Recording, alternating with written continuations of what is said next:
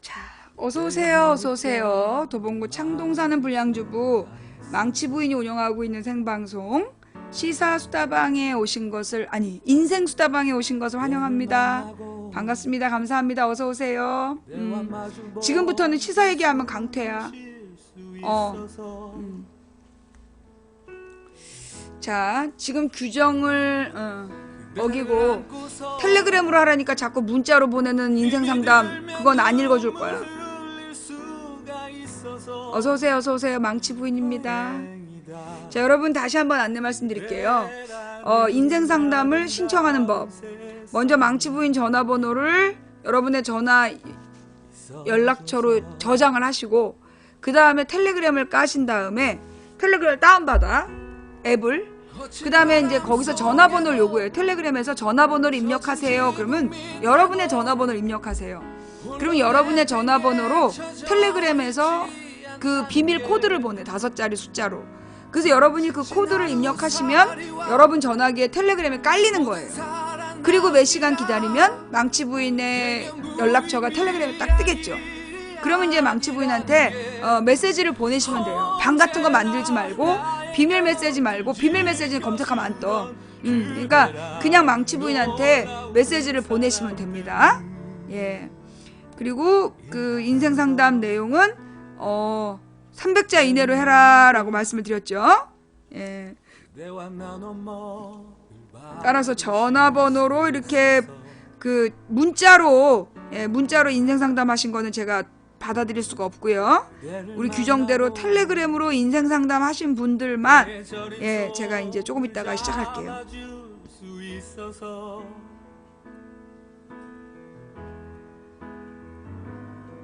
그대를 안고서 되지 않는 위로라도 할 수 있어서. 그러면 300자 이내로 주제를 얘기하고 전화 상담하겠다라고 신청하면 되지. 망치 부인의 전화번호는 010-2294-2016. 전화하면 안 돼. 전화하면 안 되고 내가 전화할 거야. 예. 나한테 전화하시면 차단당해요. 예. 여러분이 저한테 이렇게 자기 마음대로 전화를 하시면 그 번호는 전부 다 차단당해요. 예. 저한테 전화하시면 안 되고, 제가 이제 여러분이 사연을 보내시면 이거는 내가 전화 상담을 하고 싶다, 그러면 제가 전화하는 거예요. 2294예요. 예, 010-2294-2016. 예. 지금 여러분께서 듣고 계신 노래는 이적의 다행이다 라는 노래를 듣고 계십니다. 예.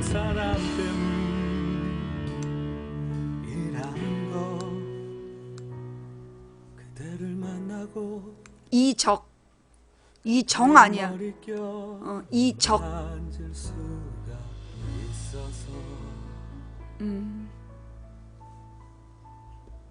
이적과 이정은 다른 사람이죠. 예.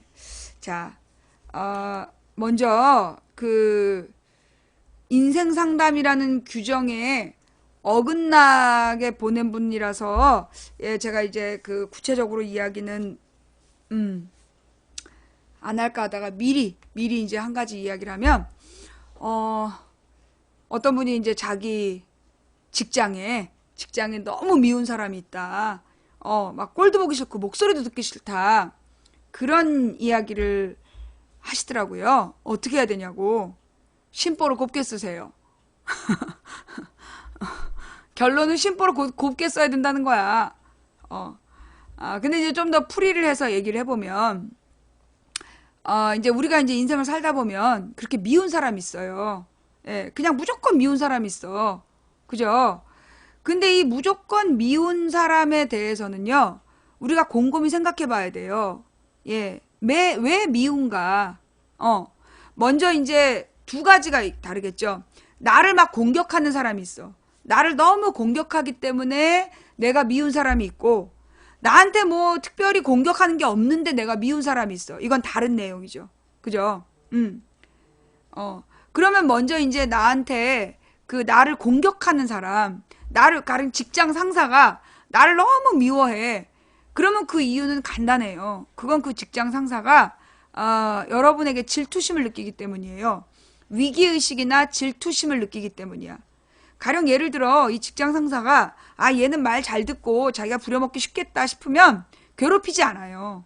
근데 만약에 사사건건 얘가 뭘 하려고 그러는데 뭐 시비를 걸고 뭐 이렇게 방해를 한다. 그건 뭐냐 하면 당신이 그 사람보다 뭔가 특출나게 잘하는 게 있는 거예요. 그 부분이 이 상사를 자극하는 거고, 그래서 그 질투심에 시달려서 여러분을 못 살게 구는 거예요. 예. 자, 그 다음에 이제 그게 이제 첫 번째 케이스이고, 두 번째는 뭐냐? 여러분의 일반적인 자세가 굉장히 교만할 때, 그 이제 직장 상사가 자기를 상사로서 인정해 주길 바라는데 상사로서 인정을 안 해주는 경우죠. 뭐 이게 상사가 뭐라고 얘기를 해도 듣는 둥 마는 둥. 그리고 이제 표정에서부터 말투까지, 그리고 그 사람이 지시하는 대로 하지 않고 자기 맘대로 한다든가 이래서 그 상사가 자기가 무시당했다라고 느꼈을 때, 그때예요. 이게 이제 이 두 가지죠. 그러니까 자체적으로 여러분이 그런 교만한 자세가 아닌데도 날 미워한다면 그건 그 사람의 그 열등감인 거고, 열등감을 자극한 거고, 아니면 여러분의 교만함이 그 상사를 자극해서 그런 식의 그 태도를 만들었다는 거죠. 그렇다면 이런 경우는 어떤 식으로 풀어야 되느냐? 일단 그 사람에게 자꾸 물어봐야 돼요. 자기 생각이 있어. 뭐라고 이제 상사가 지시를 내렸는데 보니까 이 상사가 지시한 내용이 뭔가 좀 수상해. 그 좀 안 맞는 것 같아. 그럴 때 그 상사의 지시를 무시하고 내 뜻대로 하면 안 돼. 그런 이제 조직 사회에서 힘들어요. 우선 그 상사에게 이 뭐 대리님 뭐 과장님 이게 뭐죠? 이렇게 물어봐서 구체적으로 그 뜻이 통할 때까지 물어본 다음에 그렇군요. 그래서 마치 그 사람이 가르쳐 준 것처럼 그러니까 내 의견을 슬쩍 이런 건가요? 이렇게 물어봐서 그 상사가 맞아. 그러면 그렇군요. 그래서 마치 그 풀이는 내가 했어. 솔루션은 내가 내왔지만 마치 그 상사가 자기가 알았던 것처럼 느끼게 해줘야 돼. 그래야 그 상사가 이 밑에 있는 애한테 열등의식 갖지 않고 자기가 마치 가르쳤다라는 생각을 하면서 만족해하는 거거든. 그래서 그 일단 상사에게 네가 나를 제대로 지시해서 내가 일을 잘했다 라는 느낌을 주는 거. 그리고 이제 이런 그 열등감이나 이런 걸 갖고 있는 사람에게는 뭘 해줘야 돼? 가령 누가 이제 윗사람이 칭찬을 한다. 그러면 이 대리님 덕분입니다. 뭐 과장님 덕분입니다. 라고 해주는 거. 제가 잘 몰랐는데 이 제대로 지시를 해주셨습니다. 라고 높은 사람 앞에서 한마디만 해주면 얘는 뻑 가는 거야. 그들이 절대 안 괴롭혀. 예, 이제 그런 방법들이 있다. 예, 그게 이제 되게 나를 괴롭히는 상사에 대한 이야기. 뭐 이게 상사나 동료가 나를 괴롭히는 건 대부분 그거야. 자기가 열등감이 있거나 내가 교만하거나 둘 중에 하나다. 예. 그래서 그 첫 번째로 필요한 아부는 하지 마세요. 예. 아부는 절대 이제 그 아부와 조금 아까 내가 가령 이제 부장이 내려와가지고 자네 이번에 자네가 그거 이렇게 했다며 잘했어 라고 얘기했을 때 아닙니다. 과장님이 제대로 지도해 주셨습니다. 부장한테 얘기하는 건 아부가 아니야. 그런데 과장한테는 과장님께서 저를 지도해 주셔서 제가 제대로 했습니다. 그래놓고 부장님 앞에서는 가만히 고개를 끄덕인다면 그거는 아부죠. 과장에 대한 아부죠. 그런데 부장 앞에서는 과장님 공을 세워주고 그리고 과장 앞에다가는 그냥 감사의 표시만 가볍게 하는 거. 그랬을 때 이 과장이 도리어 이 사람을 믿게 되는 거죠. 예, 그런 아주 섬세한 차이가 있다라는 거. 자, 그 다음에 이제 여러분이 그 상사야 또는 동료야. 그런데 직장에 너무 미운 사람이 있어. 자, 이제 그런 경우야. 내가 일방적으로 미워하는 경우. 그 원인은 뭐냐면 그 미움의 원인은 아까 이야기했던 것 마찬가지로 첫째 열등감일 수 있어요. 예, 가장 기본적으로 그 당신의 마음속에 열등감이 있어서 그 열등감이 당신을 자극하는 거야. 그래서 그 사람이 미운 거야. 그런 경우 하나 있고 또 하나는 당신의 나쁜 면을 당신이 부끄럽게 여기거나 당신의 상처와 연관된 면이 그에게서 보일 때야. 두 가지 경우죠. 어떤 사람이 이유 없이 미워. 그럴 때 내 마음속을 곰곰이 들여다보면 두 가지가 있어요. 첫째는 열등감이야. 나보다 저 사람이 잘났어. 근데 그 잘난 면을 인정하기가 싫은 거야. 그래서 미운 거죠. 그런 경우가 있고, 또 하나는 나한테 아주 상처가 되는 어떤 면이 있어. 자기 내면에 아주 자기가 부끄럽게 여기고 그런 면이 드러나면 굉장히 싫은 어떤 부분이 있는데, 그에게서, 그러니까 내가 미워하는 사람에게서 나하고 똑같은 면이 보일 때야. 그럴 때 그 사람이 미워지는 거예요. 그네를 미워한다면 나 좀 문제 있다고 봐. 내가 시사 얘기하지 말라 그랬지. 너는 지금 시사 얘기를 해갖고 블랙이야. 자, 그래서 이 누구를 직장 내에서 누가 미워질 때, 또는 가까운 공동체 안에서 누가 미울 때를 얘기하잖아. 네가 청와대에서 근무해? 이 또라이야? 아, 진짜. 넌 블랙이야. 자, 그러면 이제 들여다보자는 거죠. 왜 그러냐? 결국은 이제 이 열등감이라는 건 뭐냐면, 제가 나보다 더 잘났다라는 부분인데, 그 잘난 부분을 인정하기가 싫은 게 열등감이야. 그 열등감을 느끼는 사람은요, 이게 열등감이 질투심의 원인이고, 이 질투심은 살인과 마찬가지야. 살인을 하는 마음이 질투심이야. 이게 옛날에 그 왕궁에서 후궁들끼리, 질투를 해서 독살을 하잖아.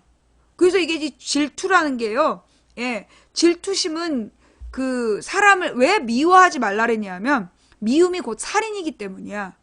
이 미움이 깊어지면 죽여버리고 싶어요, 상대방을. 그래서 이 미움이 곧 살인의 마음이기 때문에 누구를 미워하면 안 된다는 거야. 자, 그 모든 이 미움의 본질, 질투의 본질은 열등감인데, 나보다 그가 더 낫다. 그 부분이거든요. 자, 이랬을 때 그 열등감을 어떻게 극복할 것이냐. 나는 누군가에게 열등감을 느껴본 적이 없어요. 예. 왜냐하면 나는 그 사람의 장점을 빨리 배워야 되겠다. 그런 생각을 하기 때문에, 뭐 어린 시절은 열등감을 느낄 수 있었는지 모르겠지만, 나는 어린 시절부터 별로 열등감을 별로 못 느꼈어. 왜냐하면 누군가 나보다 잘나면 그 나보다 잘난 부분을 빨리 배우려고 그랬어. 내 것으로 만들어야지. 그러니까 누군가의 장점이 딱 파악되면 그걸 내 거로 받아들이려고 하는 사람에게는 열등감이 없어요. 그러니까 저 사람의 저건 잘하는데 저거? 그러면 그걸 관찰하는 거야. 그래서 그거를 따라 배우려고 하잖아요. 그런 사람은 열등감에 무너지지 않아요. 도리어 누군가 나보다 잘된 사람, 잘하는 걸 볼 때마다 그걸 따라 배우려고 하는 거죠. 그러면 점점점 사람이 성장하기 때문에 그런 사람은 열등감을 느낄 필요가 없는 거야. 거기에 해당하는 한자어가 있어. 불치하문. 이 불치하문이라는 말이 뭐냐면, 나보다 아랫사람에게 묻는 것을 부끄럽게 여기지 마라, 이런 뜻이에요. 우리 신랑의 좌우명인데, 자기보다 못하다라고 보이는 사람에게 질문하는 걸 부끄럽게 여기지 않는 것, 그게 불치하문이야. 그럼 무슨 얘기냐? 제가 나보다 지위도 낮고 나이도 어리고 부족해 보이는 앤데, 학벌도 별로고, 그런데 나보다 잘하는 게 있어. 그럴 때 걔한테 묻는 거야. 너 그거 어떻게 했니? 이런 사람은 절대 열등감을 느끼지 않아.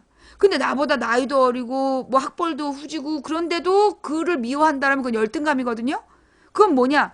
나보다 잘나면 인정하고 싶지 않기 때문이야. 그래서 불치함은 나보다 못해 보이는 사람에게라도 물어서 그의 장점을 파악하고 가지려고 하는 사람은 끊임없이 성장해 가지만, 그걸 막 비하하고 괴롭히는 사람은 그 어리석은 상태에 놓여 있는 거죠. 예. 그래서 우리 신랑의 좌우명이 3가지야. 불치하문, 그 다음에 그 초지일관, 역지사지. 그래서 우리 신랑은 그래서 고른 거 아니야. 또 딴 얘기로 넘어가지 말고. 그래서 이 뭐라 그러나, 자기가 어떤 사람이 미울 때는요, 그럼 어떻게 해야 돼요? 구체적으로 실전. 그 사람이 뭘 잘하는가를 따져보세요. 막 목소리도 듣고 싶지 않고, 모습도 보기 싫다. 뒷모습도 보기 싫다. 먼저 그 사람의 장점과 단점을 노트에 적어보세요. 그 사람의 장점과 단점이 훨씬 많겠죠. 그러나 어떤 장점이 분명히 있어.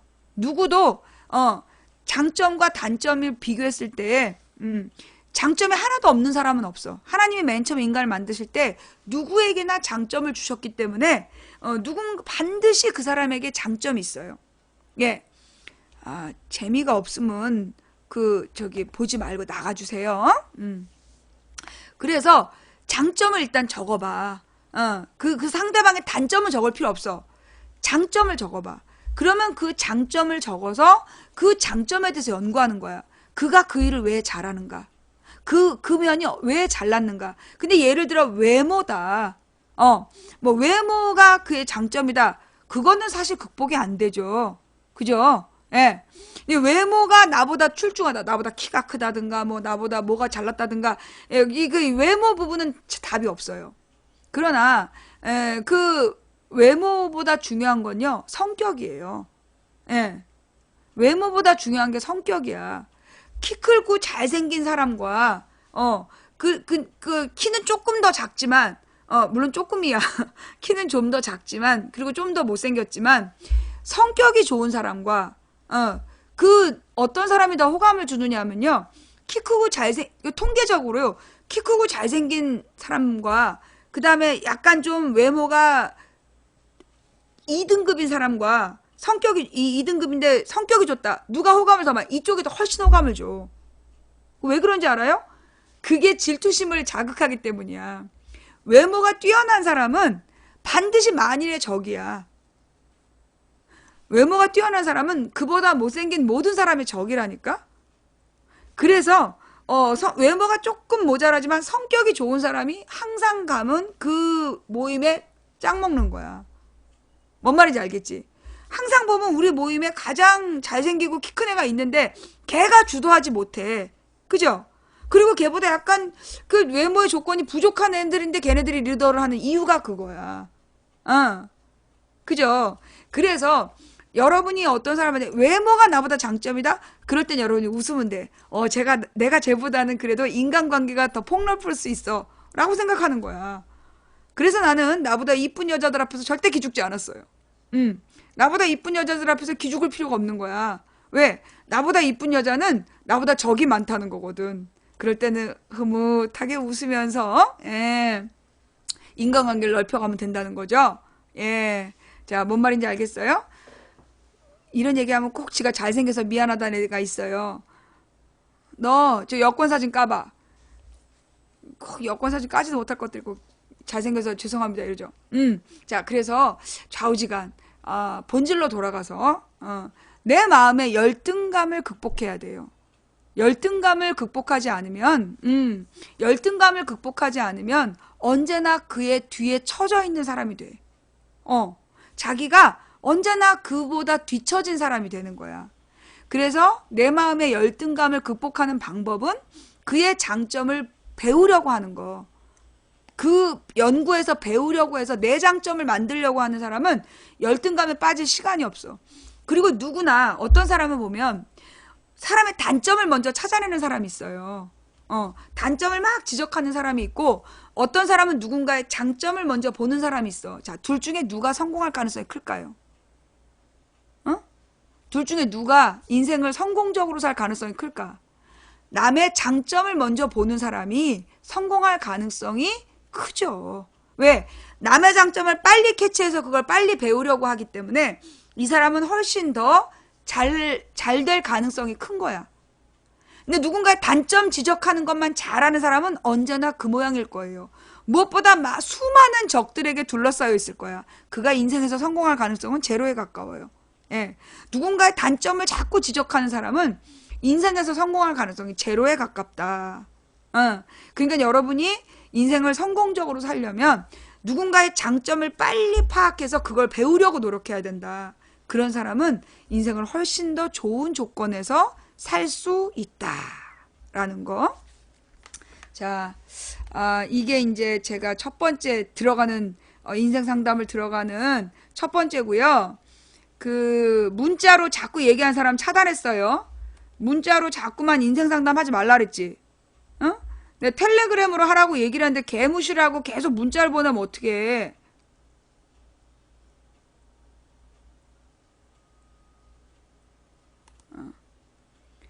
그 다음에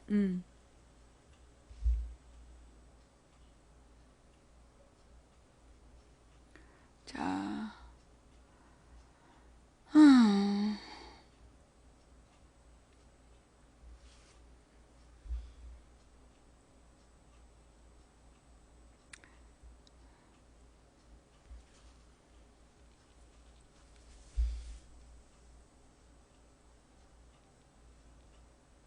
요거는 넘어갈게요. 잠깐만. 잠깐만.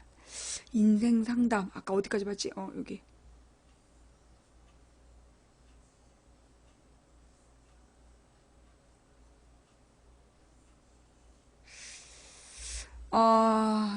이분은 직업이 나와 있네. 응.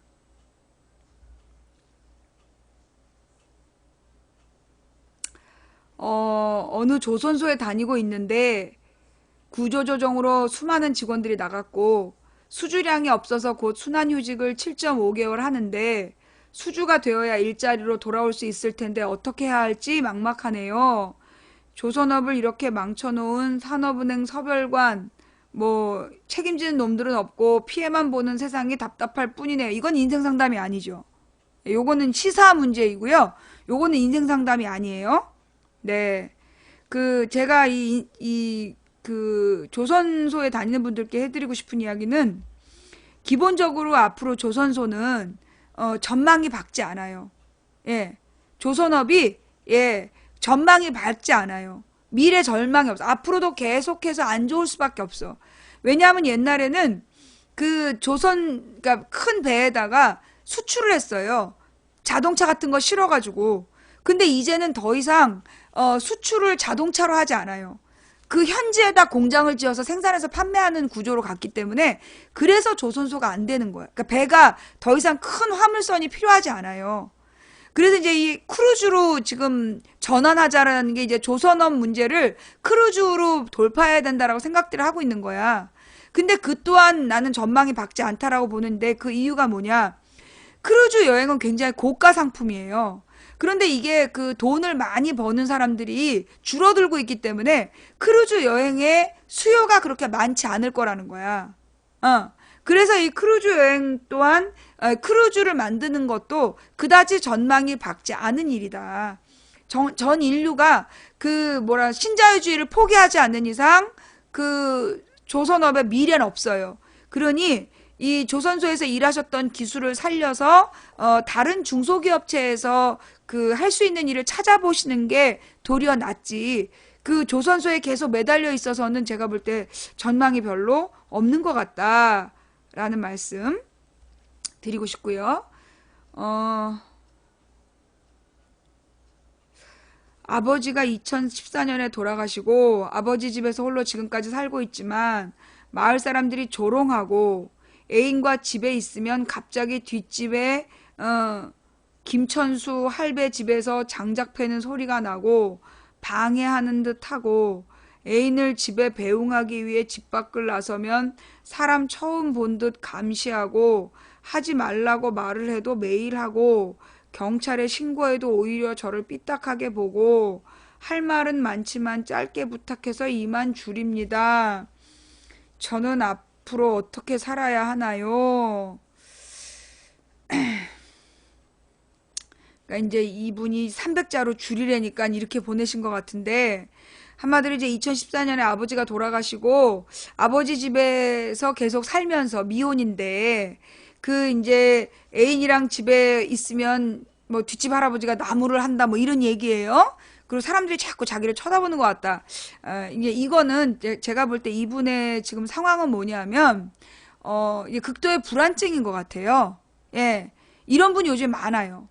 굉장히 끊임없는 경쟁 사회에서 그 경쟁에서 자기가 이겨나갈 수 없다라는, 그러니까 물론 이분의 자세한 내용은 모르지만 이렇게만 나와서 잘 모르겠지만 일반론적으로 볼 때 요즘에 이런 증세를 앓고 있는 분들이 많아요.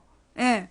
뭐냐 하면 지금 이제 1990년대 이후로 우리 사회가 무한 경쟁 구도로 변질이 됐잖아요.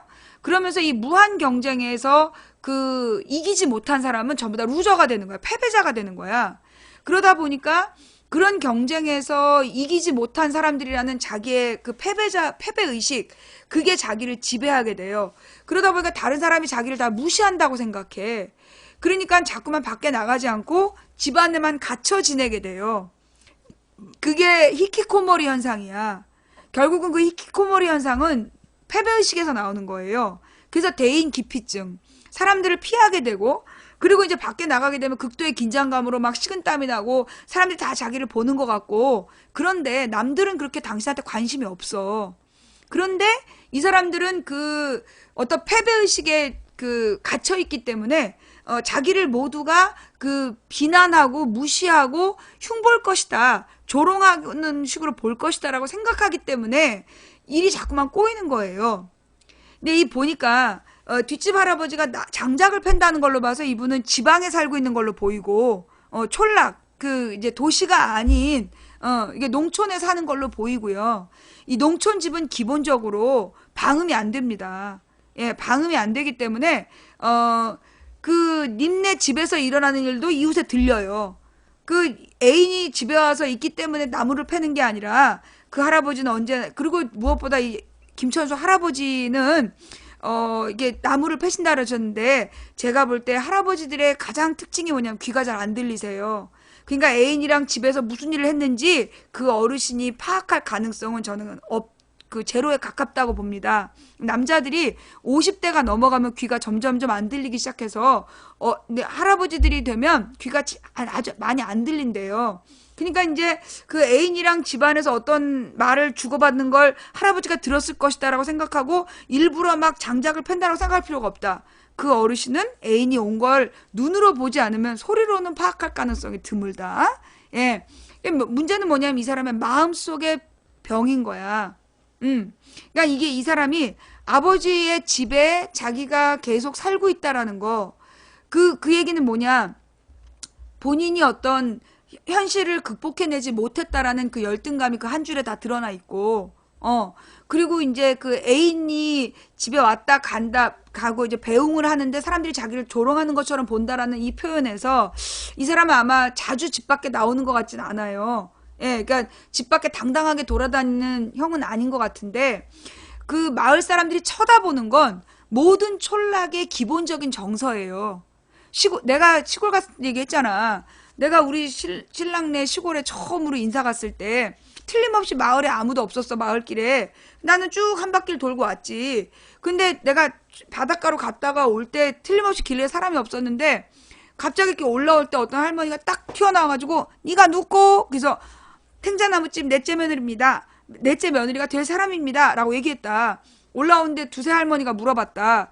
근데 그날 저녁에 모든 동네 할머니들 다 알고 있더라. 그게 뭐냐면 시골 사람들은 원래 관심이 많아요. 왜? 사람이 얼마 없기 때문에. 그 시골 사람들은 그 옆집에 그 숟가락 숫자까지 다 알고 있어. 그 사돈아 팔촌 그 무슨 그 집안에 안 좋은 얘기 다 알고 있는 거야. 그래서 그러는 거지. 그게 님이 특별히 님을 모자라게 보거나 님을 비웃는 게 아니에요. 무슨 얘기인지 알겠지? 그니까 이 사연을 보낸 님은 본인이 그 아버지하고 아버지 집에 살고 있는 것을 부끄럽게 여기거나 동네 사람들이 나를 조롱한다라고 생각하면서 스스로 동네 사람들하고 이렇게 관계를 안 맺고 있는 게 난 문제라고 봐요. 그리고 내가 경찰일지라도 굉장히 당황스러울 것 같아.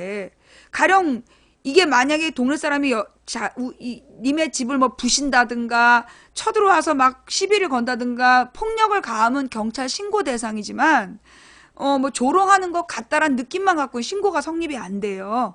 예. 그래서 제가 해드리고 싶은 얘기는 아마 이런 시골은 또 마을 청소하는 날이 있을 겁니다. 전통적으로. 그럼 마을 청소하는 시간에 나가서 마을 어르신들하고 같이 어울리시는 게 좋다. 예, 마을 분들하고 자꾸 어울리시고 그 마을 분들에게 이렇게 모두 얻어도 먹고 반찬도 얻어 먹고 이렇게 그 친분 관계를 차라리 넓히시는 게 문제를 해결하는 거지. 그렇게 집안에 계속 갇혀 지내시면 집안에 계속 갇혀 지내시면 점점 더 상황이 안 좋아진다. 그리고 애인도 떠날 수 있어요. 예. 예, 그 이야기. 제가 혹시 잘못 설명을 드렸다라면 죄송합니다. 다음 건으로 넘어갈게요. 78세 되신 아버님이 사기를 당했습니다. 사업장, 집 다 날려버렸고요. 재판까지 갔는데 증거가 다 있는데도 져버렸네요. 경찰서 조사 때부터 경찰은 동양 사람이라고 제대로 조서를 쓰지 않고 검찰청 가서는 검사가 고소 취하하라고 아버지께 강압적으로 했더군요. 재판은 3년 가까이 진행됐습니다. 아버지가 역으로 무고죄가 되어버렸고요. 이제 어떻게 해야 될지 모르겠네요. 라고 하셨는데 이런 거는 법률 상담을 하셔야 돼요. 법적 자문을 하셔야 되고요.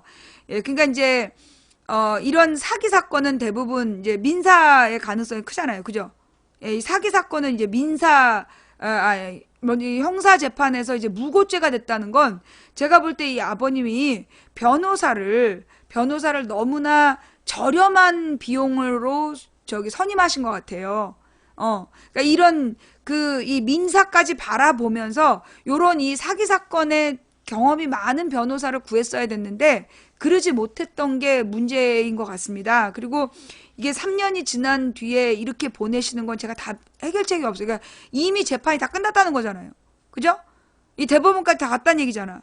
이거는 제가 해결해 드릴 수가 없는 문제이고 이건 인생 상담 내용이 아니고요. 제가 지금 해드릴 수 있는 내용은 이게 이제 일이 이렇게 됐다. 너무 억울하실 것 같아요. 너무 억울하시고 속상하실 것 같아.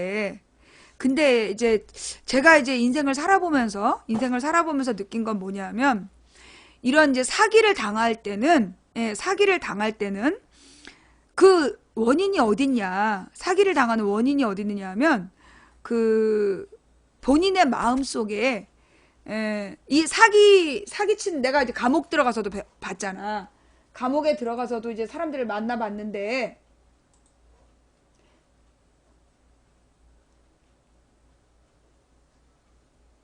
사기꾼들이 내 방송이 어디 갔지?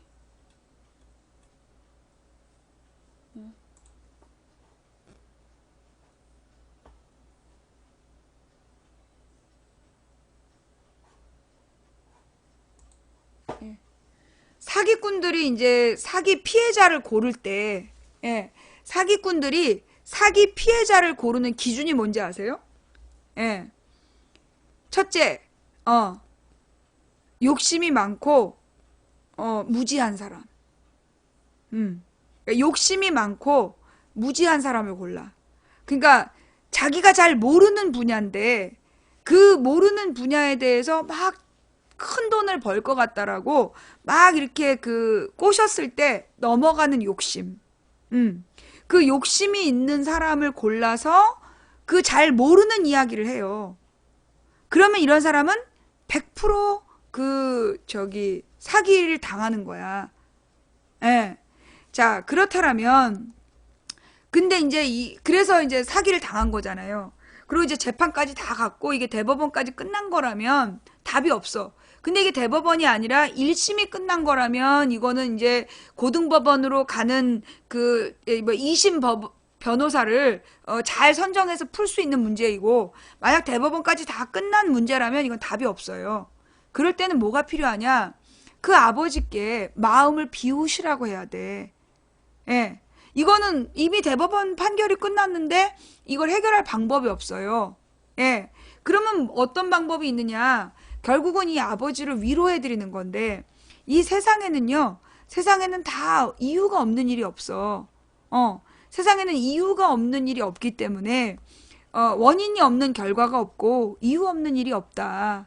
우리 아버님께서 가지셔야 될 자세는 뭐냐면 결국 모든 것을 다 잃어버릴 수밖에 없었던 그 원인이 뭔지 본인이 반성하셔야 돼요. 아버지의 잘못 때문이에요. 이러면 안 되죠. 예. 아버지의 잘못 때문이에요. 그러면 안 돼. 그건 아버지 스스로가 마음을 내려놓으실 수 있는 그런 기회를 드려야 돼요. 그래서 그 아버님이 만약에 이렇게 불교 신자다. 그러면 좀 공부를 많이 하신 스님하고 스님의 설법을 듣게 하신다든가 그래서 이렇게 상담을 해서 그 마음속에 있는 억울함과 욕심을 내려놓는 길을 안내해 드리는 방법도 있고 그 다음에 만약에 뭐 신앙인이라면 하나님께 기도해서 자신의 욕심을 내려놓게 하는 일단 마음을 고치기 위해서 기도하는 방법 이런 것들이 있겠죠. 근데 그런 것들이 참 어려워요. 그 아버지가 스스로 하셔야 돼. 근데 아버지께 그런 얘기를 해주세요. 아버지가 그렇게 재산이 많으셨다면 그 재산은 결국 자식들의 분란의 원인이 됐을 것이다. 어? 그 아버지가 그 재산을 다 갖고 계셨다면 결국 이 재산이 자녀들의 분란의 원인, 그리고 이 아버지가 빨리 죽기를 바라는 원인이 됐을 거다. 라고 설명해 드려야 된다. 아버지의 재산을 다 없애신 이유는 제가 볼 때 그 아버지에게 그 재산이 독이기 때문이에요. 재산이 있으면 안 되는 상황인 거야. 그러니까 아버님한테 그러세요. 아버님이 큰 병을 얻어서 죽어야 될 운명이었을 수도 있다. 그런데 그 재산을 다 주고 아버님의 목숨을 구한 거다. 달리 얘기해보면 그렇잖아. 이게 돈이 아무리 많아도 목숨을 구할 수 없잖아요. 아버지의 목숨을 그 돈을 다 주고 구한 거라고 생각하시라고. 아버지의 운명이 어쩌면 그 돈을 다 쥐고 있으면 꼭 돌아가셔야 될 운이었을 수도 있다. 그런데 이 우주의 에너지가 이 아버지가 더 살아서 자녀들에게 좋은 지혜를 물려주시라고 아버지의 재산을 차라리 치우셨을 수 있다. 한마디로 아버지의 목숨을 전 재산을 주고 건진 거라고 생각하셔라. 그렇게 생각하시면 아버지가 그 재산을 잃어버린 게 아니라 자기가 버린 게 되는 거죠. 예. 그러니까 아버지가 전 재산을 잃었다는 것 때문에 물론 자식들은 억울하지. 내 건데. 응? 근데 아버지 입장에서는 차라리 그 재산이 이 아버지에게는 이 큰 화가 됐을 수 있기 때문에 없어진 거 아닌가. 그렇게 한번 설명을 드려보는 게 좋겠다. 세옹지마라고. 예. 만약에 그 재산이 다 있었다라면 그 사업장이 만약에 잘못되고 그래서 그 사업장에서 부도가 나고 그래서 자녀들까지 막 연쇄 빚더미에 내몰린 상태가 됐을 수도 있는 거잖아. 그러지 않고 아버지의 재산만 딱 가져가신 게 얼마나 다행이야. 자녀들도 그렇게 생각하시면 좋겠어요. 왜 그런 거지? 이미 돌아가실 아버지, 어쩌면 아버지가 돌아가셨을 수도 있어. 그런데 전 재산을 들여서라도 아버지를 살리고 싶다. 못하는 거 아니야. 그러니까 아버지의 전 재산을 드리고 아버지의 목숨을 구했다라고 생각하시면 자녀들도 아버님도 그 억울함이 좀 덜하지 않을까. 예. 그게 혹시 뭐 전혀 도움이 안 된다면 죄송하지만 저라면 그렇게 부모님을 설득할 것 같아요. 예. 다음 이야기로 넘어갈게요.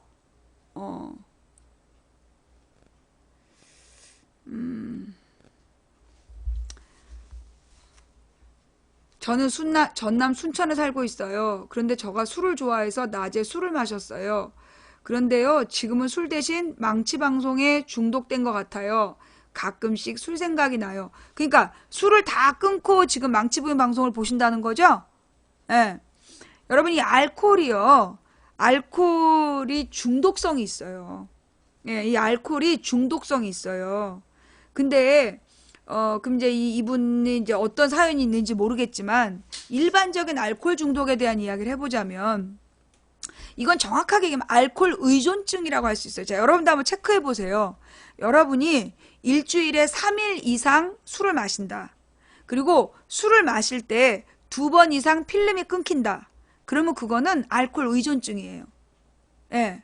여러분이 만약에 일주일에 3번 이상 술을 마시고 그리고 2번 이상 필름이 끊긴다면 그건 알코올 의존증이에요. 그럼 이건 무슨 얘기냐? 왜 알코올 의존증이 생기느냐 하면 현실에 대한 부담감 때문이거든요. 예, 과도한 스트레스나 중압감을 잊기 위해서 술을 마시는 거예요. 예, 그런데 필름이 일단 끊긴다는 건 뭐냐면 그게 알코올에 의해서 뇌세포가 많이 손상된 이유래요. 알코올에 의해서 뇌세포가 많이 손상이 돼서 그래서 이게 필름이 끊긴다는 거야. 그래서 이 필름이 자꾸 끊기는 사람은 뇌졸중이 올 가능성도 크답니다. 뇌경색이나 뇌졸중이 올 가능성이 크기 때문에, 그래서 만약에 이렇게 그 필름이 끊기는 증상이 있다. 그러면 여러분들이요, 이 중풍이 걸릴 수 있다는 얘기예요. 그러니까 술을 끊어야 되겠죠. 예. 내 머릿속에 지우개 그렇게 뭐 우아하게 얘기하지 마. 그거 중풍 걸리는 거야. 예비 중풍 환자야. 뭔 말인지 알겠어? 예, 그러니까 그 술을 많이 마시면, 예, 술을 이게 필름이 끊길 정도로 자꾸 마시는 건 기본적으로 이제 여러분이 알코올 의존증인 거고요. 그 알코올 의존증으로 인해서 나타날 수 있는 문제는 뇌졸중. 그래서 이게 죽으면 다행인데 안 죽고 살아남았을 때 얼마나 힘드냐고. 본인이 건강했을 때를 생각해서 너무 괴롭기 때문에 그 이 뇌졸중 환자들이 느끼는 정신적인 그 충격이 굉장히 크단 말이에요.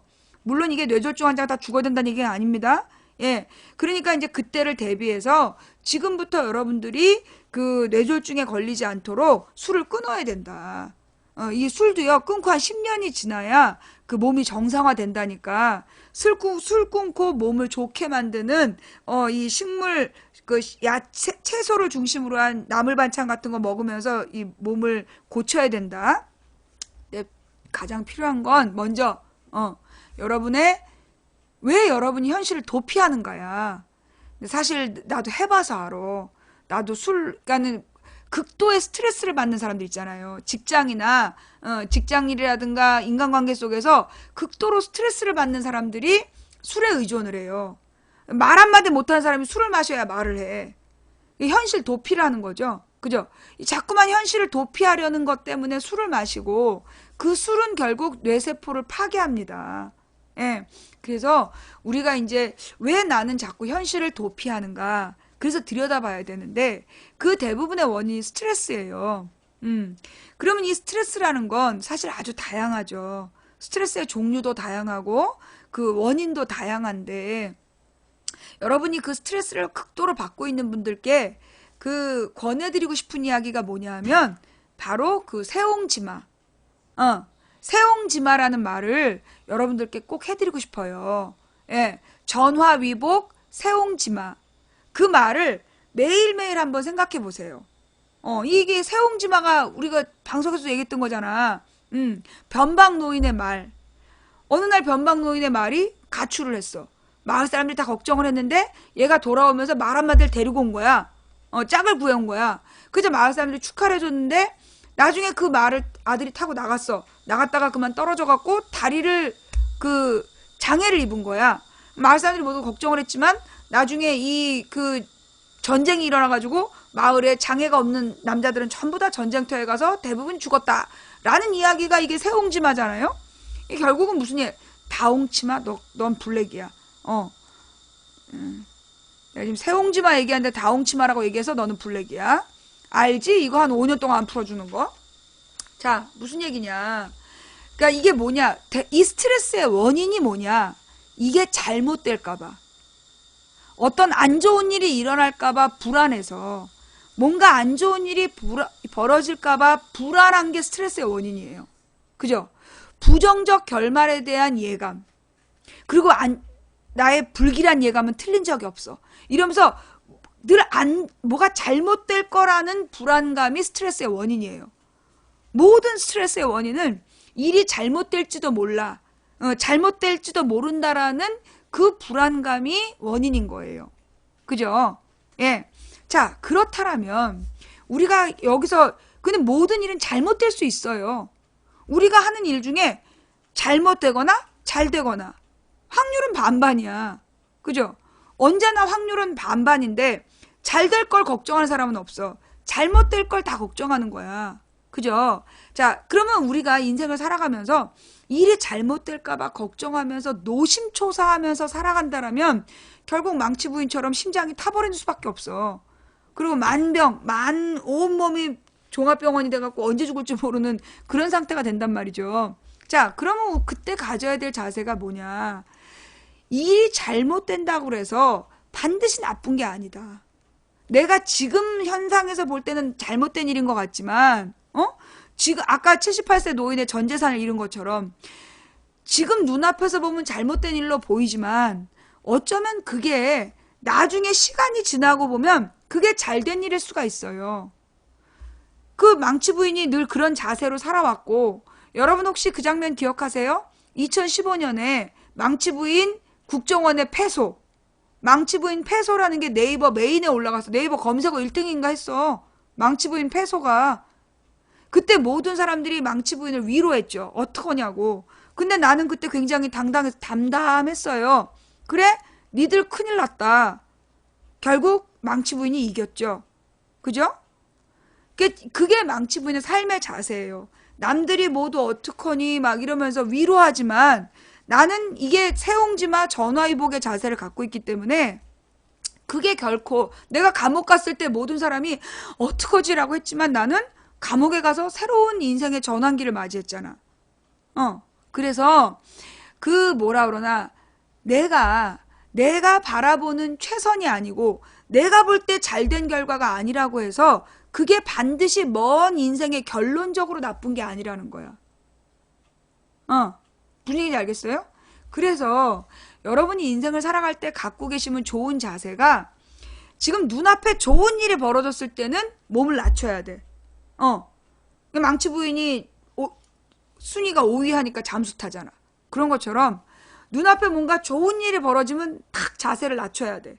그리고 뭔가 안 좋은 일이 벌어졌을 때 다음엔 일이 잘 되겠구나 라고 생각하는 자세를 가지면 그 일이 잘못될 것 같은 불안감으로 오는 스트레스를 줄일 수가 있어요. 무슨 얘기인지 알겠어? 예. 여러분의 스트레스의 원인은 10중 8구가 일이 잘못될까봐 두려워하는 거야. 그러면 거기서 가져야 될 자세가 뭐냐? 잘못돼도 괜찮다. 이거 잘못되면 안 되는데? 여러분 있잖아요.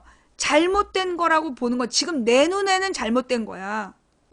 근데 가령 아이들이 보면 막 뭔가를 하려고 하는데 잘 안 돼. 막 안 되니까 막 짜증을 내. 그죠? 근데 어른이 볼 때 얼마나 웃겨. 그거 이렇게 돌아가면 되는데 그게 안 된다고 막 울고 짜증내고 있잖아. 그런 거랑 마찬가지야. 하나님이 보시기에는 이 우주의 에너지가 볼 때는 이게 참 별거 아닌데 얘는 마치 이게 안 되면 안 될 것처럼 막 거기에 매여 있는 거야. 그런 것처럼 우리가 뭐가 안 될까, 뭐가 잘못될까 봐 걱정하지 말라는 거야. 잘못돼도 괜찮은 일만 잘못되는 거예요. 이게 인생은요, 정말 말하는 대로 돼요. 제가 살아보니까 모든 게 말하는 대로 돼. 나는 그래. 나의 예언이 맞는 이유가 내가 말을 했기 때문에 그런 거라고 봐. 그러니까 이제 본인의 삶에 대해서도 말하는 대로 된다라고 생각하세요. 잘못돼도 지금 보기에 잘못된 것 같지만 이게 더 잘 되려고 잘못되는 거다. 예. 그러니까 우리 옛어른들이 참 지혜로운 말이 있어. 가령 어떤 일이 딱 잘못되면 그 어른들이 뭐라 그러냐면 그걸로 액땜한 거야 너. 그런 말 들어봤죠? 액땜한 거다. 나는 그게 참 우리 어른들의 지혜라고 봐. 옛 어른의 지혜. 뭐냐면 어떤 일이 딱 잘못되면 이거 봐. 오늘 하루 종일 뭐가 안 될 것 같아. 라고 생각하는 어린 아이들에게 자녀들에게 너 그걸로 액땜했다. 라고 얘기하잖아. 그 액땜이라는 말로 네가 오늘 겪을 불행을 다 그걸로 때웠다. 그러니까 너는 오늘 당당하게 하루를 살아라. 그런 뜻이거든요. 그런 것처럼 어떤 일이 잘못될까봐 걱정하지 마. 그 일이 잘못되면 잘못된 이유가 있는 거야. 그리고 그 잘못됐더라도 포기하지 않고 그 상황에서 제대로 조치를 하면 더 좋은 결과를 가져올 수 있어요. 망치 부인이 패소했지만 국정원 직원 쫓아냈듯이 여러분이 포기하지 않고 뭐 일이 잘못될까봐 두려워하지 말고 어떤 결과가 오든 나는 거기서 또 해나갈 거다. 어떤 결과가 오든 나는 거기서 또 다음 문제를 해결해 갈 거다. 라고 생각하면 언제나 해결책이 보여요. 중요한 건 인생의 자세야. 매사 안 될 거야 안 될 거야. 할 수 없어. 그 사람 아무것도 못해. 근데 어떻게든 되겠지. 그런 사람들은 생각보다 편하게 산다? 그죠? 물론 대책이 없이 어떻게든 되겠지 하는 사람이 있어. 근데 안 될 거야 라고 사는 사람보다 어떻게든 되겠지 하는 사람이 훨씬 더 일신생이 편해. 걱정이 없기 때문에. 네. 근데 어떻게든 되겠지와 어떤 수를 쓰든지 난 해결해 나갈 거야는 또 다르겠죠. 어떻게든 되겠지는 자기의 노력이 빠진 어떤 긍정적인 결과를 요행수를 바라는 자세이지만 나는 어떤 어려움이 오더라도 해결해낼 거야. 그럴 수 있어. 라고 믿는 사람은 언제나 인생을 해결하면서 살아갈 수 있다는 거죠. 제가 언젠가 그런 말씀을 드렸어요. 저는 인생에서 하고 싶은 게 8가지였다면, 10가지였다면 그 중에 8가지 정도를 했다. 근데 인생에서 그런 사람 드물어요. 자기가 하고 싶었던 것들 중에 8가지를 성공한 사람은 드물어. 80%를 성공한 사람은. 어떻게 그게 가능한데요? 시간을 정하지 않으면 됩니다. 인생에서 나머지 저는 20%도요. 언젠간 될 수 있다고 생각해요. 예. 그러니까 인생에서 자기가 어떤 일을 소망했어. 그런데 그 소망한 것을 시간을 정하면 실패해요. 근데 시간을 정해두지 않으면 언젠간 되게 돼 있어. 그 소망을 위해 끊임없이 노력하다 보면 이기기 어려운 싸움에서 지지 않는 방법은 싸움을 끝내지 않는 것이라 그랬죠. 예. 반드시 돼야 된다면 그 일이 될 때까지 계속하면 되는 거야. 아, 인생 뭐 있어? 노느니 이 잡는 심정으로 끝까지 하는 거지. 그러면 그 일은 이루어지게 돼 있어요. 무슨 얘기인지 알겠어요? 자, 그래서 우리 스트레스의 원인은 어떤 부정적 결말에 대한 예감, 잘못될 거라는 어떤 그 단정적인 느낌, 그게 스트레스의 원인이기 때문에 우리가 그 스트레스를 이겨내는 법은 뭐냐? 어떤 어려움이 오더라도 나는 이겨낼 수 있다 라고 긍정적으로 생각하시고, 내일 어떤 어려움이 오더라도 내가 이겨내기 위해서 오늘은 잘 자야지. 건강에 좋은 걸 먹고 잘 자야지. 그리고 친구들하고도 기분 좋게, 기분 좋을 만큼만 술 한잔하고 탁 씻고 자는, 그래서 내일을 더 긍정적으로 준비한다면 당신은 잘 되게 돼 있어요. 일단 당신이 안 되는 이유는 뭐야? 근데 왜 늘 불길한 예감 틀린 적이 없어요? 왜냐? 술이 떡이 되게 먹었지. 다음날 일이 잘 되겠어? 오전 내내 헛개수만 계속 마시고 사장님이 지나가면서 볼 때 뭘 생각해? 저 새끼가 뭘 하겠어? 너한테 좋은 일 시키겠니? 안 줘. 거래처 사장이 봐도 그래. 계속 벌컥벌컥 물만 마시고 있으면 너한테 무슨 신뢰감이 가겠어. 안 좋은 예감은 틀린 적이 없는 게 아니라 네가 술만 처먹기 때문에 안 되는 거야. 무슨 얘기인지 알겠지? 그러니까 술이 떡이 되도록 마시면 안 된다는 거지. 나 많이 마셔봤지. 다 내가 경험에서 우러나오는 거야.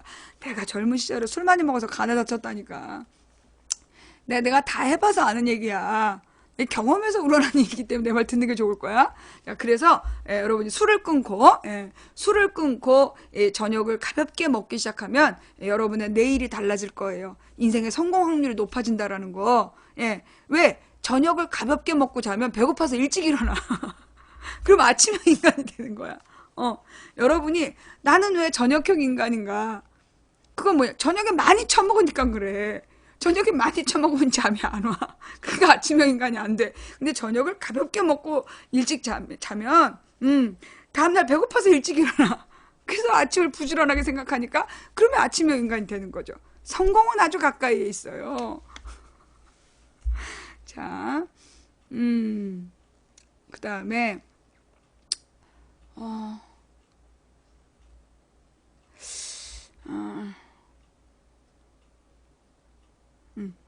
남동생이 결혼 예정이고 상대는 5살 연상에 기획 부동산 일을 하며 저희 엄마는 예비 며느리의 말을 믿고 개발 계획이 있다는 땅을 사고 결혼 자금까지 주었습니다.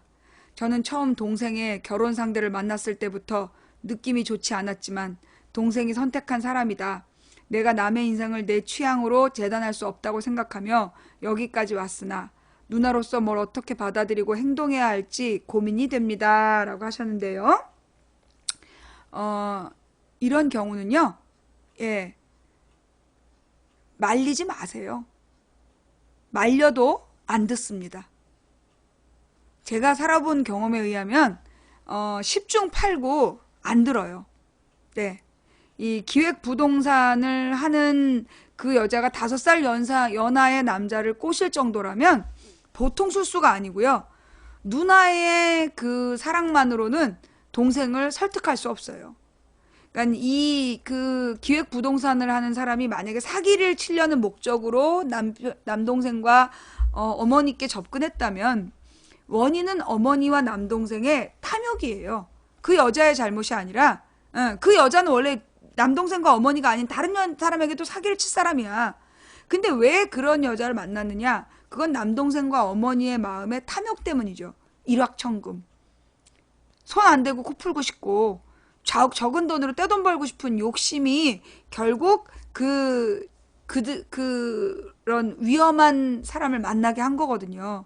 근데 그 욕심은요, 다 잃기 전에는, 그 욕심은 잃기 전에는 해소가 안 돼요. 그래서 제 생각엔 그래요.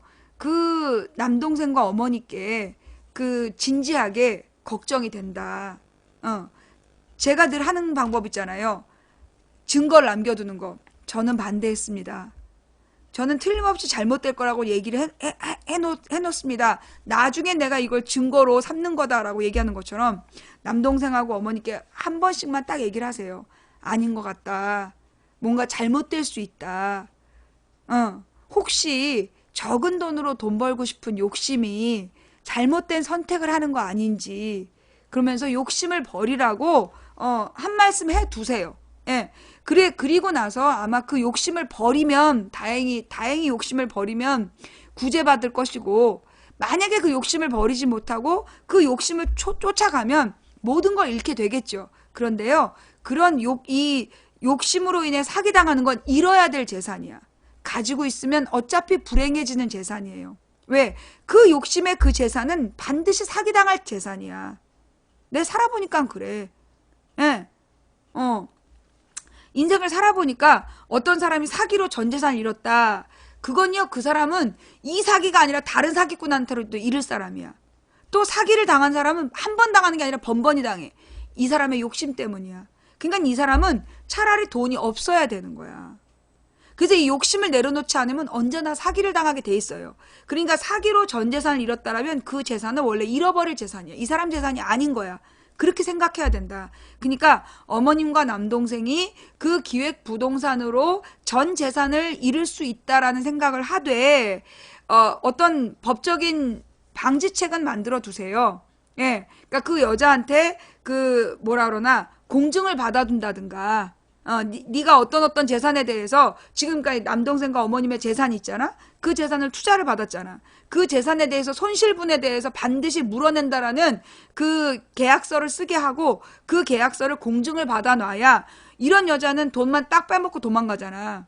그랬을 때 나중에 그 계약서를 가지고 민사를 걸 수 있으니까 그 변호사하고 상담을 해서 변호사의 자문을 구해서 이럴 때 대비책이 있는지, 그리고 만약에 부모님의 재산만 먹튀하지 못하도록 어떤 법적인 조치를 취할 게 있는지를 찾아두시고, 근데 그런 걸 해놔봤자 결국은 그렇게 해서 돈을 챙겨도 또 다른 사기를 당할 수밖에 없어. 그러니까 어머님하고 남동생에게 욕심을 버리도록, 헛된 꿈을 버리도록 마음을 다스리는 법을 알려드리는 것이 더 중요한 방법이 아닐까라고 생각됩니다.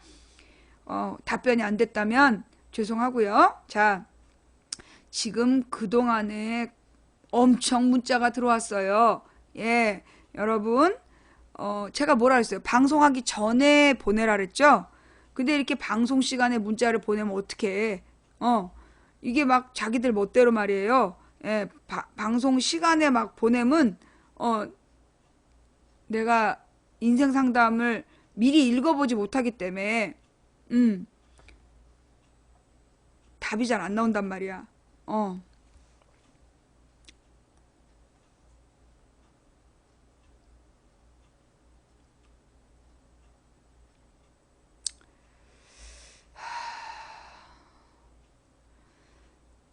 함께 근무하는 팀장님이 두 분이 계신데 두 분이 번갈아 가며 방구 끼고 트름하고 담배 피우고 냄새도 다 빼지 않고 사무실에 들어와서 너무 곤욕스러워요. 다른 직원들도 모른 척하고 있지만 너무 민망하고 괴로운데 어떻게 하면 좋을까요? 방송하면서 방구 끼고 트름하는 사람으로서 제가 이분께 드리고 싶은 이야기는 참으라는 말씀밖에 드릴 게 없습니다. 이 방구 끼고 트름하는 분들한테 뭐라고 얘기를 하겠어요? 좀 나한테 얘기하는 거지 이거. 이제 나 마음 상했어. 자, 일단은 기본적으로 이 두 분의 팀장님이 이 번갈아 방귀 끼고 트름하는 원인이 뭐냐 하면 요것도 그 소화기가 안 좋아서예요. 고도의 스트레스로 장기관이 안 좋으면 내가 그랬잖아. 간이 나쁜 상태에서 장에 독이 냄새가 나는 거예요. 이 방구 냄새가 나는 이유가 간이 안 좋을 때 그래서 이 간이 장 속에 있는 독을 해소 못해서 그래서 그 유해 세균이 그 나쁜 독가스를 뿜어내는 거예요. 그래서 내가 쓴 방법이 뭐냐면 그 혈자리 손바닥에다가 요게 이렇게 이 자리에다가 뜸을 뜨잖아요. 그러면 간이 이렇게 따뜻해지면서 그 방구 냄새가 사라져요. 이거 경험담입니다. 예. 그 방구 끼고 트름하는 그 팀장님께 뜸을 선물하세요. 그래서 여기 이 간 혈자리에다가 이렇게 딱 그 뜸을 뜨시라고. 그러면은 그 냄새가 방구 냄새 아주 이게 내가 방구 냄새가 너무 독해갖고 우리 신랑이랑 딸이 얼굴이 노래질 정도였어. 근데 정말 딱 뜸을 떴는데 냄새가 사라지는 거야. 그 뒤로 우리 식구들이 뜸을 안 뜨면 째려보게 됐죠. 뜸을 선물하시라는 거 그게 이제 좋은 방법이고 그 다음에 이제 이 담배를 핀 다음에 냄새를 다 안 빼고 들어오는 문제 요거는 조금 문제가 있어요. 그죠? 왜냐하면 이 담배 냄새가 소위 발암물질이잖아. 담배 냄새가 그게 발암물질이거든요. 예. 그래서 이 트름은 역류성 식도염이 있는 사람들이 트름을 한다는 거잖아요. 그 역류성 식도염도 뭐냐면 그 스트레스로 인해서 위산이 과다 분비되고 그런 것들이 역류성 식도염의 원인이라는 거잖아요. 그죠? 그러면 이제 그렇게 트름을 자주 하시는 분한테는 점심때 그 팀장님 된장국을 드세요. 된장찌개나 된장국을 권하세요. 청국장, 된장찌개, 된장국 이런 거를 매끼 점심시간마다 드시게 하세요. 하루에 한 번 이상 된장국이나 청국장을 먹는 사람은 위장이 좋아진대요. 예. 그래서 그 위산 과다로 인해서 위장이 나빠진 사람들이 그 청국장이나 된장국을 먹으면 위장이 좋아진대요. 하루에 한 번은 꼭 청국장이나 된장국을 먹으라고. 그리고 그 트름하는 분한테 청국장을 한번 아마 트름하시는 분이 위장이 되게 안 좋으실 거예요. 그분한테 청국장이나 된장국을 하루에 한 끼 이상 꼭 드시라고 한 3개월만. 그러면 위장이 훨씬 좋아지실 거예요. 예. 청국장 먹고 방귀 많이 안 나와요. 생각보다. 예. 청국장은 그 자체 냄새가 되게 진하지만 청국장을 먹고 청국장은 몸에 좋은 음식이기 때문에 방구 냄새 잘 안 나요. 방구 냄새가 난다면 그거는 유해 세균 때문이고 그건 간 때문이야. 방구 냄새가 심한 분한테는 간 혈자리에다가 뜸뜨라고 하고 그 다음에 트름을 많이 하시는 분한테는 청국장을 드시라고 권해드려라. 그리고 그 담배에 대해서는 담배 냄새가 많이 날 때는 그거는 무슨 안내 문자 같은 거지. 안내문 같은 거. 이 사무실 입구에다가 안내문을 써붙여. 혹시 담배를 피시나요? 담배를 피면 그 담배 냄새가 바로 발암물질이다. 그래서 비흡연자들에게는 그래서 그 담배 냄새가 싫은 거다. 근데 담배 냄새를 유달리 싫어하는 사람들이 있어. 물론 대부분 싫어하지만 특히 유달리 싫어하는 건요. 그 사람 건강에 해롭기 때문이에요. 담배 냄새가 유달리 싫다라면 그 사람 건강에 해롭기 때문이야. 그러니까 그 담배 냄새 부분은 조언을 구해야 된다. 이게 그 얘기를 해가지고 담배 냄새를 다 빼고 들어오시게 해야 한다. 그 다음에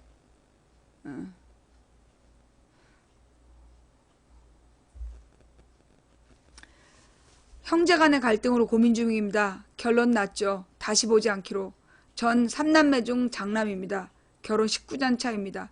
12년 동안 어머니와 함께 살다 분가하여 살다가 여동생의 여러 가지 사정으로 어머니와 함께 살다가 사소한 다툼으로 인하여 다시 여동생이 나갔는데요.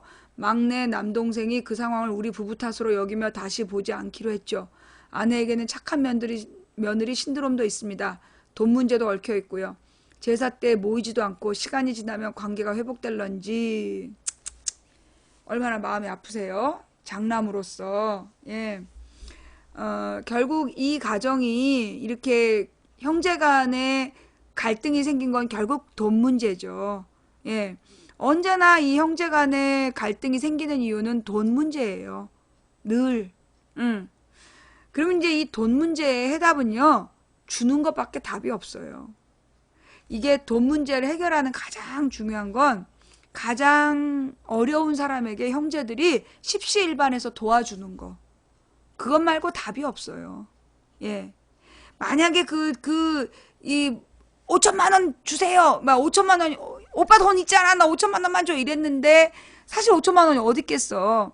그럴 때 돈 200만 원이라도 혹시 내가 갖고 있고 줄 수 있는 돈이 있다면 미안하다. 내가 가진 게 이거밖에 없다. 이렇게 해서 빌려달라고 그러면 내가 줄 수 있는 돈을 주고 예. 그러면 이게 아예 안 주는 것보다 그걸 받으면 그래도 마음에 상처가 안 남아요.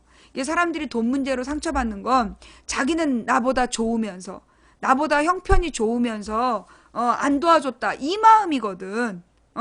그래서 그런 형제들에겐 말로 설명이 안 돼요. 주는 것밖에 답이 없어. 그 주는 것밖에 답이 없고 버릇된다. 버릇되면 어때요? 가족인데. 나는 그 주는 게 버릇된다라고 얘기하는 사람들 보면 그래요. 버릇될 수 있죠. 근데 당신이 더 잘 산다라면 나눠주는 거 그게 좋은 거예요. 자꾸 저 버릇하면 안 된다. 근데요. 필요할 때는 주는 것도 그게 답이에요. 정말 절실하게 필요할 때 줘야지. 다만 돌려받을 생각하지 말아야 돼. 가령 당신한테 당신이 나중에 얼마 뒤에 뭘 하려고 목적 자금으로 뭐 5천만 원 있어. 근데 그 목적 자금을 얘가 빌려달라 그래.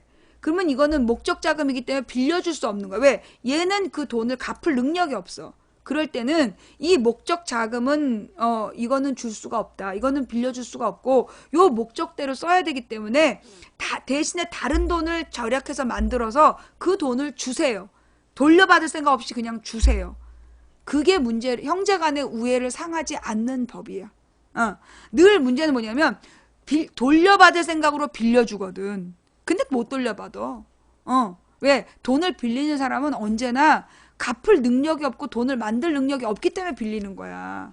그러니까 빌려달라 그럴 때 빌려주면 못 받아요. 예. 근데 가령 이런 거죠. 이 5천만 원이라는 목적 자금이 있어. 근데 얘가 5천만 원을 빌려달래. 근데 얘가 만약 자기 집이 지금 그 자기 집에서 전세 자금이 뭐 15일 뒤에 5천만 원이 들어와.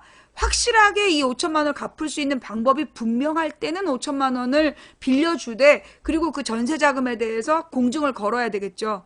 그렇게 해서 문제를 해결해야 되지만 만약에 돈 들어올 구석이 정확히 없고 이 사우디에서 이게 다이아몬드만 캐면 된다. 그런 개소리 할 땐 절대 돈 빌려주면 안 된다.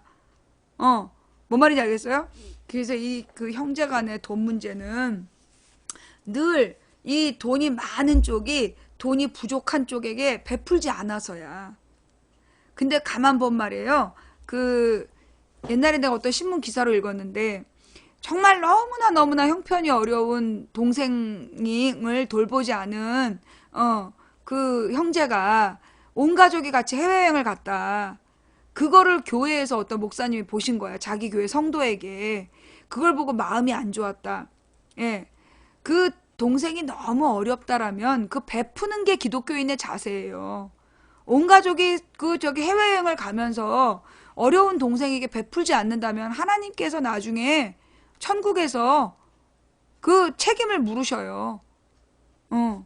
그래서 이 아버님께 뭐라 그러나 이 동생들하고 돈 문제로 얽혀서 그 마음이 상하신 분은 물론 내 형편도 어렵고 동생들이 나보다 잘 사는데 뭐 어쩌고저쩌고 이런 핑계 대지 마시고 먼저 베푸세요. 답이 없어요. 윗사람이 아랫사람에게 베푸는 거 그게 형제간의 문제를 해결하는 유일한 해결책입니다.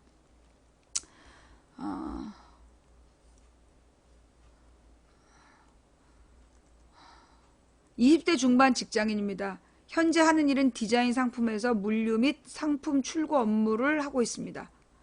이제 직장에 들어간 지 2달 정도 됐습니다. 사장님께서 앞으로 더 큰 업무를 저에게 맡기고 출장을 가도 괜찮을 것 같다라고 말씀을 하십니다.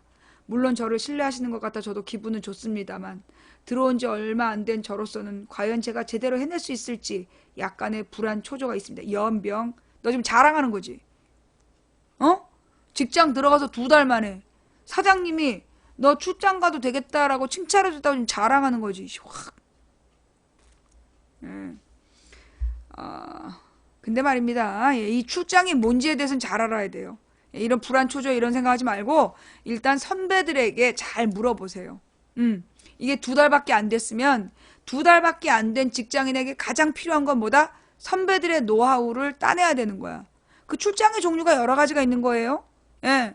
이 출장 가서 실패하지 않으려면 가서 무슨 일을 해야 되는지 정확하게 업무를 파악하시는 게 필요합니다.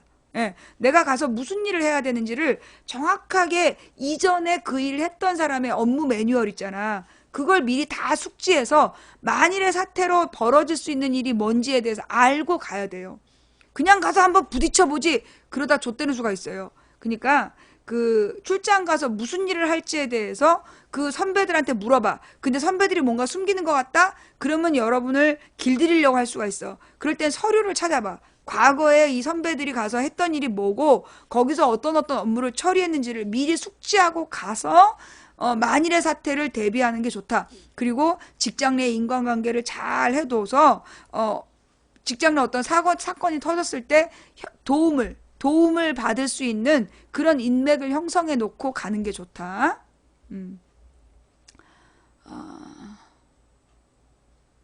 다음 마지막 상담이에요.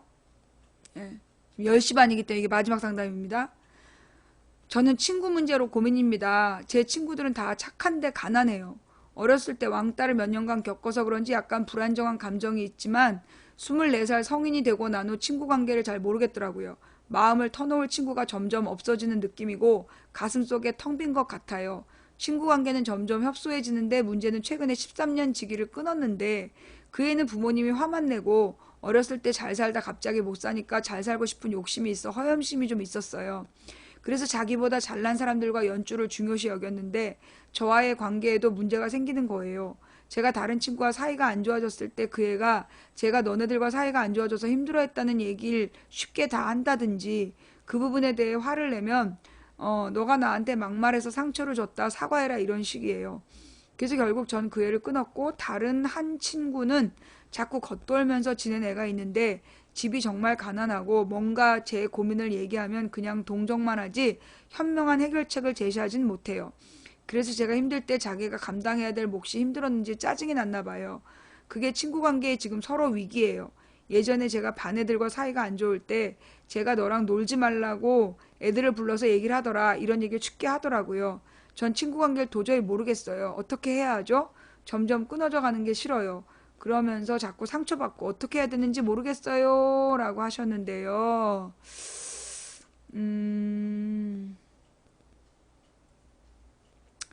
제가 볼 때 이분은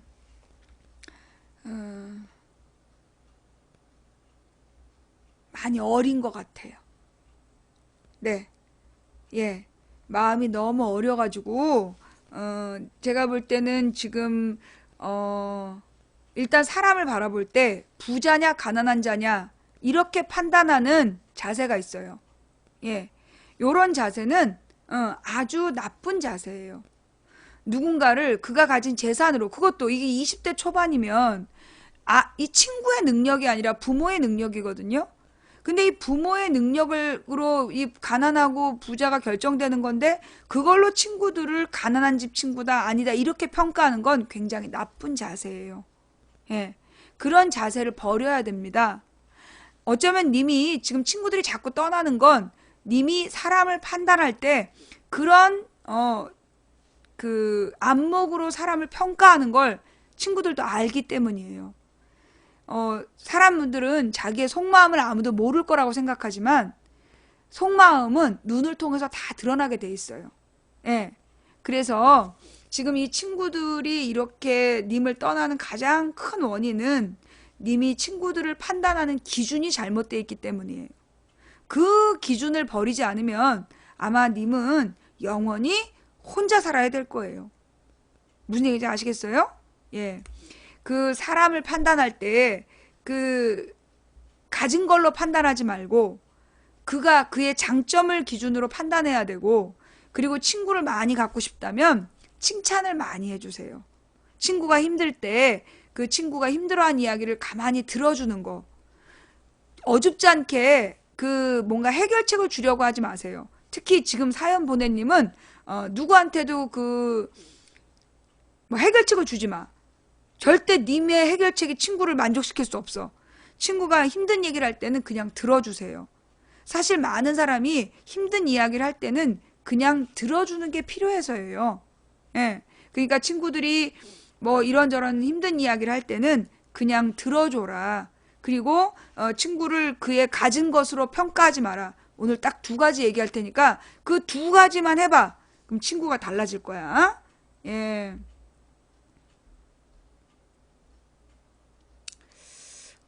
자꾸만 이렇게 인생 상담을 이제서 막 하면 안 된다니까 이러시네. 예? 이 규칙을 자, 더 이상 사연 보내시면 안 돼요. 예. 지금 10시 20분까지 온 사연만 받을 거예요. 예. 지금 이제 9시 46분에 온 사연이 있어서 인생 상담이라는 멘트가 없으면 답변하지 않습니다. 인생 상담이라는 그거 없으면 예, 제가 답변하지 않습니다.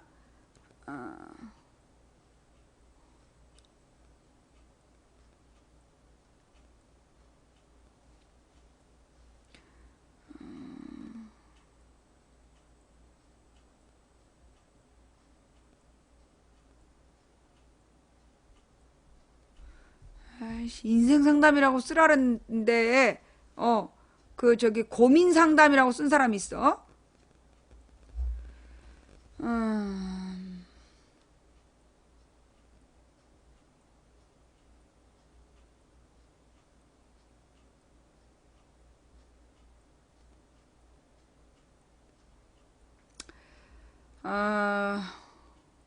직장 상사에 대한 고민인데요. 전 학벌에 대한 트라우마 때문인지 회사에서 하나라도 배우려고 하고 습득하고 싶어 합니다. 그런데 방치되고 있다는 느낌을 받고 쌓이다 보니 싫어집니다.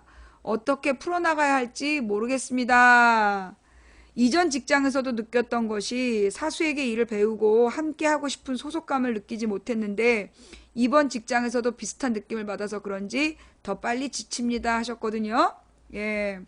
자, 이런 경우는 한마디로 이제 이 직장 상사가 제대로 잘 가르쳐 주지 않는다는 얘기잖아요. 그죠? 예. 자, 내가 볼 때 이 사람, 그러니까는 둘 중에 하나야. 이 사람이, 굉장히 적극적인 자세를 가지고, 뭔가 노력을 하는데, 직장 상사들이 거기에 거부감을 갖는 거죠. 저 새끼 치고 올라오겠는데? 라는 견제심으로 안 가르쳐 줄 수가 있어. 그 다음에 그게 아니라면 두 번째는 이 사람의 태도, 그러니까 님의 태도의 문제일 수 있어요. 어떤 거냐면 그 직장 상사를 인격적으로 대우하고 평상시에 밥 먹을 때라든가 뭐 직장에 들어갔을 때라든가 깍듯하게 예우를 지키지 않고 일만 배우려고 한다든가 너무 무뚝뚝하다든가 그래놓고 일을 안 가르쳐 준다라고 얘기하면 안 되는 거거든요. 이게 이 소속감이라는 거는 어느 때 생기느냐 하면 사실은 이제 내가 그에게 의지할 때 이 직장 상사에게 내가 필요한 그러니까 직장 상사가 내게 필요하다. 그런 느낌을 주고 그 직장 상사에게 마음으로 의지하면서 여러 가지를 물어보고 그리고 이 정서적으로 먼저 통해야 돼요. 그래서 이 직장 상사가 마음을 열고 너를 가르쳐 주고 싶다라는 마음이 들게 해야 되는 거거든. 근데 이제 이분이 그러니까 인간관계를 그러니까 이게 지금 직장이 두 군데에서 똑같은 일이 벌어졌다면 이거는 이 사람의 자세의 문제일 수 있어요. 본인의 문제일 가능성이 커. 직장 상사의 문제라기보다 본인의 자세의 문제일 수 있는데 세 가지를 한번 점검해 보세요. 가령 내가 다른 모든 사람들하고의 인간관계에서 자신감이 없는가? 첫째. 둘째, 나는 일상생활 속에서 인간관계를 부드럽고 잘하는 사람인가? 세 번째, 이 상대방에게 내가 나의 생각을 정확히 잘 이해시키는 편인가? 그 부분을 잘 점검해 보시고 내 뜻이 상대방에게 오해를 불러일으키는 면이 있는지 일단은 내가 가장 권해주고 싶은 방법은 그 직장의 사수를 붙들고 술을 한 잔 간단히 하시면서 깊이 술을 마시지 말고 술 한 잔 하면서 고민 상담을 하세요. 사실 이렇게 일을 좀 배우고 싶은데 제가 좀 많이 부족하다. 선배가 볼 때는 내가 어떤 부분이 문제인 것 같아요? 라고 물어보면 그 선배가 너는 이런 게 문제인 것 같아 라고 얘기를 해줄 수 있어. 그러면 그때 마음 상해하지 말고 감사합니다. 아, 그렇군요. 제가 그걸 몰랐네요. 라고 얘기하면서 선배의 지적을 감사한 꿀팁으로 여기는 거. 그런 자세를 가지면 그 선배는 아, 얘가 뭔가 받아들이려는 자세가 되어 있구나. 그러면서 조언을 해줄 수 있죠. 그러니까 어떤 평상시 일상생활의 자세에서 그 선배하고의 관계를 먼저 트는 게 우선이다. 그리고 일을 배워야죠. 그죠? 평상시에 무뚝뚝하고 그 선배 보기를 그냥 돌같이 하면서 일만 배우려고 하면 안 되는 거야. 그리고 이 끈끈한 소속감이라는 건 사실 그 선배가 도와주고 싶게 만들어야 돼. 들어간 지 얼마 안 된 애가 뭐든지 잘하는 척하면 안 돼요. 신입사원들이 해야 될 일이 뭐냐면 너무나 막 그 경쟁을 해서 들어갔기 때문에 뭐든지 막 다 자기가 잘하는 걸 보여주려고 그래. 그러면 구박받는 거야. 제일 먼저 해야 되는 건 눈치를 봐야 돼. 딱 상황 판단을 해야 돼. 일단 서열관계, 그 다음에 실질적 서열관계가 이게 뭐 부장, 과장, 대리가 있지만 실질적 서열관계가 다를 수가 있어.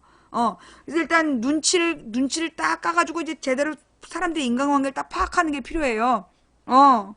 그 다음에는 이제 뭐가 필요하냐? 이제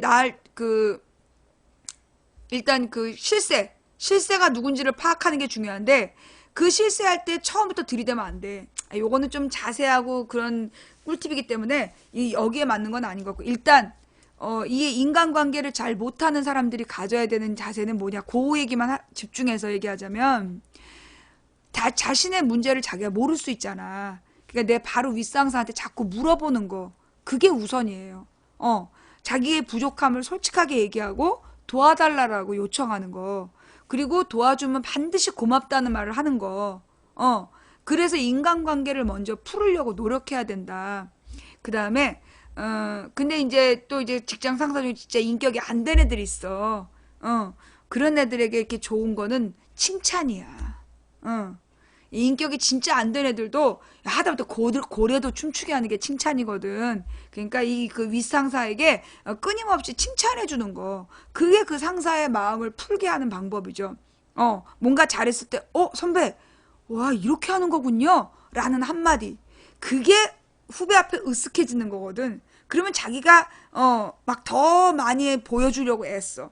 그러니까 뭔가 선배에게 끊임없이 칭찬을 해주는 거.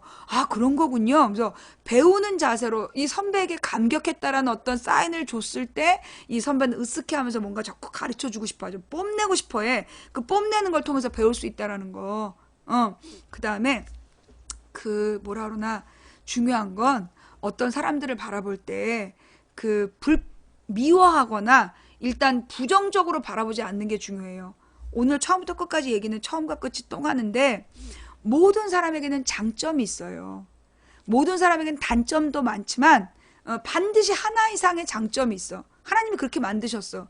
그 하나 이상의 장점들이 이 세상을 발전시키는 거야. 유지하는 거고. 그래서 그에게 주어진 장점이 뭔지를 빨리 파악하는 사람이 인생을 성공할 수 있어요. 그러니까 그 직장 내에서 생활을 할 때 그 직장 상사가 가지고 있는 장점이 뭔지를 파악하고 그거를 배우려고 노력하고 그 장점에 관한 질문을 하는 거. 그게 인간관계를 풀어나가는 데 있어서 아주 필요한 자세라는 거. 그리고 저 사람이 나를 안 좋게 볼 거야 라고 생각하지 마세요. 그거 되게 위험해요. 왜냐? 이게 인간관계라는 건 상호작용이에요. 내가 저 사람을 두려워하고 싫어하잖아. 그러면 걔도 나를 싫어해. 근데 내가 먼저 좋아하잖아요. 내가 이렇게 긍정적이고 아, 저 사람 뭘 잘하는 것 같아 라고 바라보잖아. 그러면 그거는 처음에 뭔가 안 맞더라도 한두 달 안에 풀어져요. 무슨 얘기인지 알겠죠? 예. 그 상대방은 내가 저 사람을 싫어하잖아. 걔도 반드시 날 싫어해. 내가 싫어하는데 날 좋아해 줄 리가 없는 거야. 먼저 내가 그의 긍정적인 면을, 장점을 긍정적으로 바라보고 배우려고 하고 잘해주려고 하면, 근데 이렇게 막 어색하게 잘해주려고 하지 마세요. 그 사람을 미워하지 말고 내 마음속으로 저 사람의 장점을 배워야 되겠다라는 생각을, 자세를 갖고 있으면 그 자세는 눈을 통해 드러나게 되어 있고 그 상대방의 경계심을 풀게 되는 것이다. 예.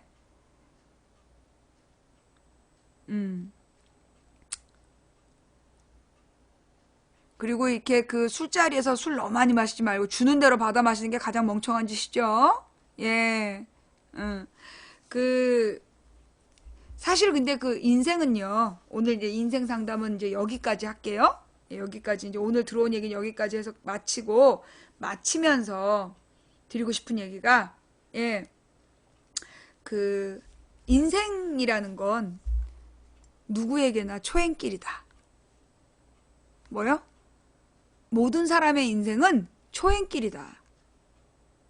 무슨 얘기냐? 누구도 한번 살아본 거 다시 사는 게 아니거든. 그러다 보니까 누구나 실수하게 돼 있어요. 누구나 잘못하게 돼 있고, 잘못을 하지 않고 완벽하게 산 사람이 어디 있겠어. 그죠? 그래서 우리가 가져야 될 자세는 누구나 인생은 초행길이다. 그러니 나의 잘못에 대해서도 너그러워야 되고 상대방의 잘못에 대해서도 너그러워야 된다. 쟤도 처음 살고 나도 처음 사니까 피차 실수를 하는 거야.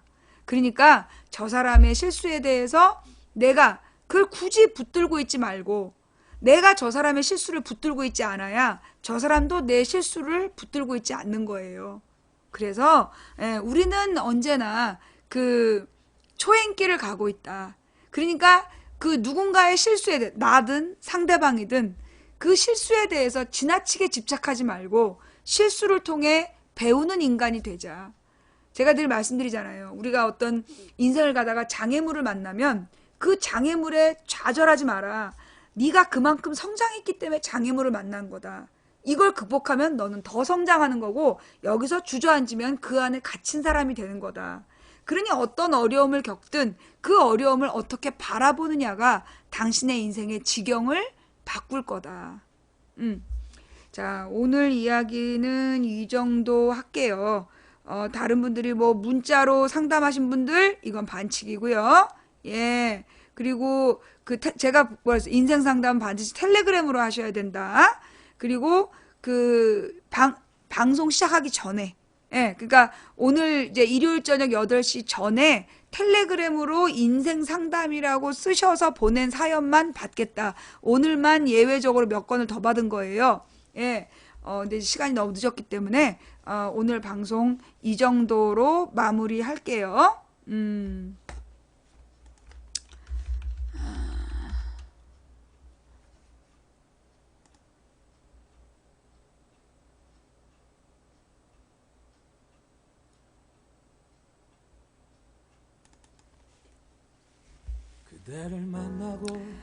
오늘 방송 어떻게 보셨나요? 예. 그 인생 수다방, 예. 오늘 그 시즌 11을 맞이해서, 예, 처음으로 보내드린 인생 수다방이었는데, 전화 통화를 하고 싶었다라면 앞으로는 이제 여러분들이 인생 수다방 밑에 전화 상담 부탁 이렇게 쓰세요. 그러면 이제 전화 상담 부탁이라고 내가 다 전화하는 건 아니고 그 중에서 이 사람은 좀 목소리를 들어봐야 되겠다. 그런 목소리에 대해서만 제가 그런 사연만 제가 전화를 드릴게요. 전화 상담은 제가 전화 드리는 겁니다. 예, 근데 휴대폰일 때만 휴대폰 번호로 저한테 보내셔야 돼요. 일반 전화 말고 휴대폰 번호로 저한테 전화 상담을 요청하시면 제가 사연별 이 사연은 좀 직접 목소리 들어봐야 되겠다. 그럴 때 전화 드릴게요. 오늘 인생 상담이 기대에 못 미쳤다면 죄송합니다. 예. 그리고 혹시 오늘 인생 상담을 처음 보셨고 이걸 통해서 혹시 아주 작더라도 뭔가 인생에 좀 도움이 되신 내용이 있었다라면 그건 하나님의 그 메시지였다라는 거 이해해 주시고, 사실 이게 인생 상담이요, 쉽지가 않아요. 예, 쉽지가 않아서 이게 제가 컨디션이 좋아야 잘 되는데, 예, 오늘 제가 좀 컨디션이 좀 별로다 보니까 좀 내용이 너무 가벼웠다라면 진심으로 사죄를 드립니다. 여러분의 진지한 고민에 제가 이렇게 깊이 상대해드리지 못했다라면 죄송하고요. 그럼에도 불구하고 도움이 되셨다라면 다행이고요. 도움이 안 되셨다라면 진심으로 죄송하다는 말씀을 드리면서 오늘 방송 함께 해주신 모든 분들께 감사드립니다. 일요일 저녁에는 이렇게 시사는 1시간만 하고 2시간은 인생 상담을 진행하는 걸로 했으면 좋겠습니다. 예. 그래서 이제 여러분들이 미리 8시 이전에, 일요일 저녁 8시 이전에 인생 상담 이렇게 해서 보내시면, 그래서 이번 주에 지금 보내신 님들 지금 다 필요 없어. 다음 주에 금요일부터 일요일 사이에 인생 상담이라고 꼭지를 달아서 텔레그램으로 보내셔야 제가 그 내용을 다음 주 인생 상담 시간에 상담해 드리는 걸로 할게요. 어떻게 괜찮았어요? 들을만 하셨나요? 별 도움이 안 됐어요? 예. 별 도움이 안 됐다면 미안하고요. 이게 인생 상담은 원래 남 얘기를 들으면서 남의 사연을 들으면서 자기의 이야기도 하는 거거든요. 자기에게 적용하는 거거든요. 예, 그러니까 필요한 부분만 여러분 삶에 적용해 보시길 바라고요. 예, 전화 상담을 하고 싶으셨던 님들은 전화 상담 요청 이렇게 하셔가지고 다음 주 금요일에서 일요일 저녁 8시 전까지 사연하고 전화 상담 요청이란 말을 써서 보내주시면 전화 상담 들어갈 수 있도록 하겠습니다. 부족한 내용 들어주신 모든 분들께 감사드립니다. 오늘 업하고 꿀잼 해주신 모든 님들 감사드리고요. 3,824분께 감사드립니다. 그리고 오늘 후원해주신 분들 한 분 한 분 일일이 감사 인사 못 드려서 죄송하고요. 그래서 후원하고 싶지 않으시면 안 하셔도 돼요. 그럼에도 불구하고 후원해주신 분들 덕분에 오늘도 망치부인은 당당하게 방송할 수 있었습니다. 다음 방송은 화요일 낮 2시에 돌아올게요. 예, 오늘 함께 해주신 모든 분들께 감사드리고 매니저님들 수고하셨고요. 이 방송을 녹화 떠서 유튜브와 팟캐스트에 뿌려주신 님들께도 감사를 드립니다. 다음 방송 때까지 건강하시고 화요일 낮 2시에 만나요. 고맙습니다. 내일은 방송 없어요. 화요일 낮 2시에 만나요. 고맙습니다.